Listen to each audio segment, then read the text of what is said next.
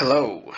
I'd just like to say thank you for your support and thank you for being here. And hopefully, in this series, I'm going to be breaking down a lot of ICT's concepts into small, manageable, bite sized chunks in these video format tutorials.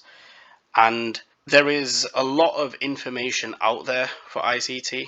There is a lot of stuff on his free YouTube.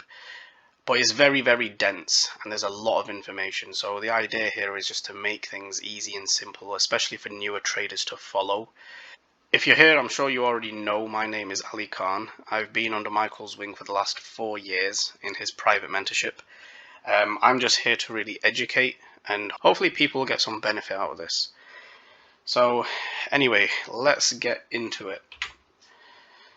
So, the algorithm. What is the algorithm? The algorithm, as Michael refers it to as IPDA, the Interbank Price Delivery Algorithm, is basically a computer program that's job is to engineer liquidity in the markets by moving price. And it isn't buying and selling pressure, right? What we were taught as buyers and sellers coming into the market and there's this constant tug of war is actually not true. There is an algorithm that moves this price. And what it does is it creates these old highs and these old lows, and these peaks and troughs is where we're taught to put our stop losses. These peaks and troughs is where all the liquidity is basically held. So because the algorithm in its programming logic is based on human emotion, and its whole job is basically to manipulate price, we can see this manipulation in these old highs and old lows. Now, when you can understand what the algorithm is going to do, you can predict future price. And this is what ICT concepts are all about. It is about what the algorithm is basically trying to do.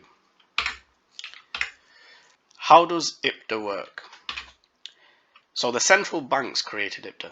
The money is their commodity. Now they can set the price of that money because they own the money. And IPDA, which is the algorithm, will dictate what price of that money is basically going to be. Retail money is a liquidity. So they're looking to seek retail liquidity. They'll engineer the liquidity, retail money floods into the market, and then they devour them. And that's the whole purpose of what IPDA is. It is made for the banks, it is created for the banks, and they don't want you involved.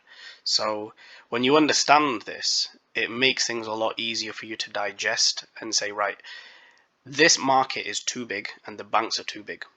We cannot fight them, and even if all of retail got together and put money into the markets, we're just a drop in the ocean. So the best we can do is basically piggyback on what the algorithms and what the central banks are basically going to do. There are times where the central banks can actually reprice and there's manual intervention where there is an actual market maker behind the scenes where he will push buttons, and you will usually see this either through black swan events or you will see this through FOMC, NFP, like high impact news drivers, which by the way is also a part of the whole manipulation and the whole smokescreen. The move has already been priced in beforehand.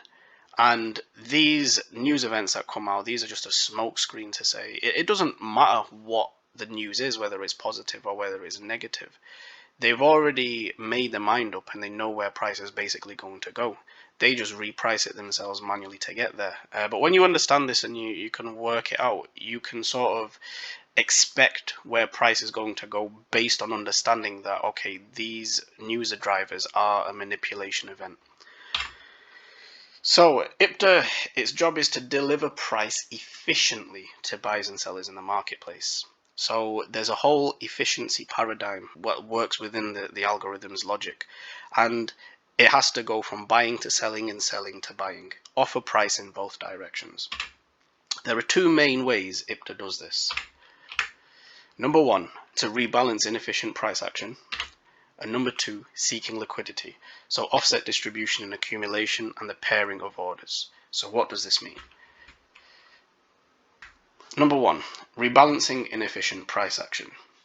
What we can see in this area over here is prices moved too quickly to offer any buy side delivery, right? So all of this this was just sell side delivery. This is all selling.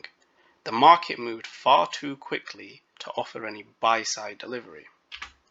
So this is known as sell side price displacement. So this is all buy side inefficient price delivery.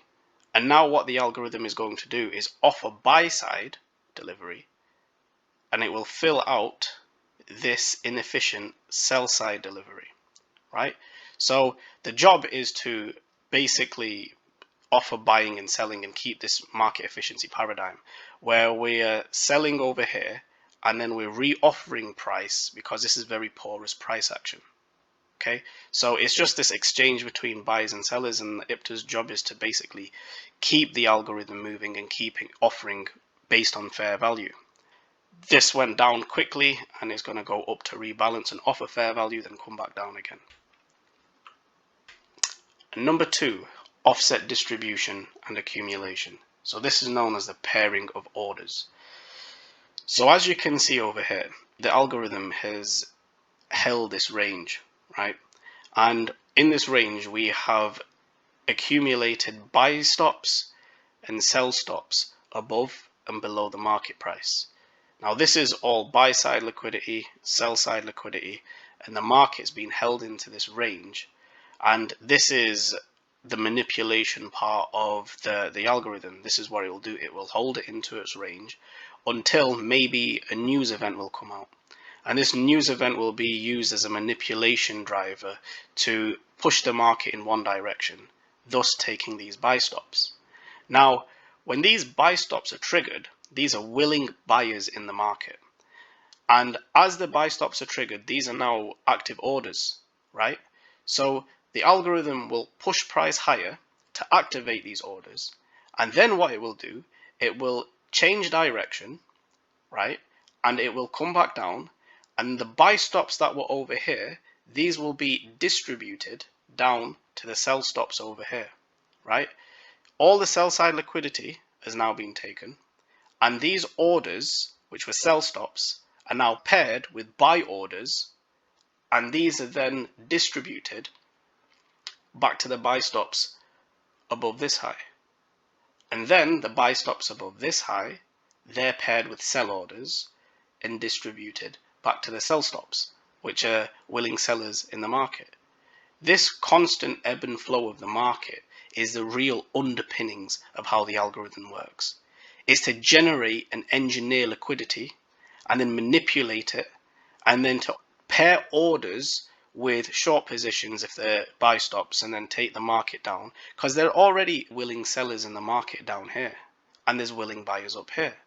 So they will sell to the buyers and buy back from the sellers. Understanding this will propel you already light years ahead, because you will understand that, okay, when the market's in a range, let me see what it's reaching for. And this constant ebb and flow, you can, in between these, you can really find some really nice trades. How does IPTA work in its data ranges? 20 days, 40 days, and 60 days. It will start with 20 days in the past, and that's where you want to look at your first data ranges, where the highs and the lows in the last 20 days. If the highs and the lows in the last 20 days have been taken, look at what the highs and the lows are in the last 40 days, and then the highs and the lows in the last 60 days. I'd like to say thank you for watching. This is the first part. I hope you found this insightful. I wanted to keep it quite concise and really get to the core points of what we are looking for and what the algorithm does, and sort of give you a little bit of background about it. In future videos I'll be going into a little bit more detail about these inefficiencies in price, and I'm delving a little bit more into what the algorithm has in its logic and way of price macro points, and we'll discuss this in a little bit more detail. So hopefully I'll catch you guys in the next video. You take care.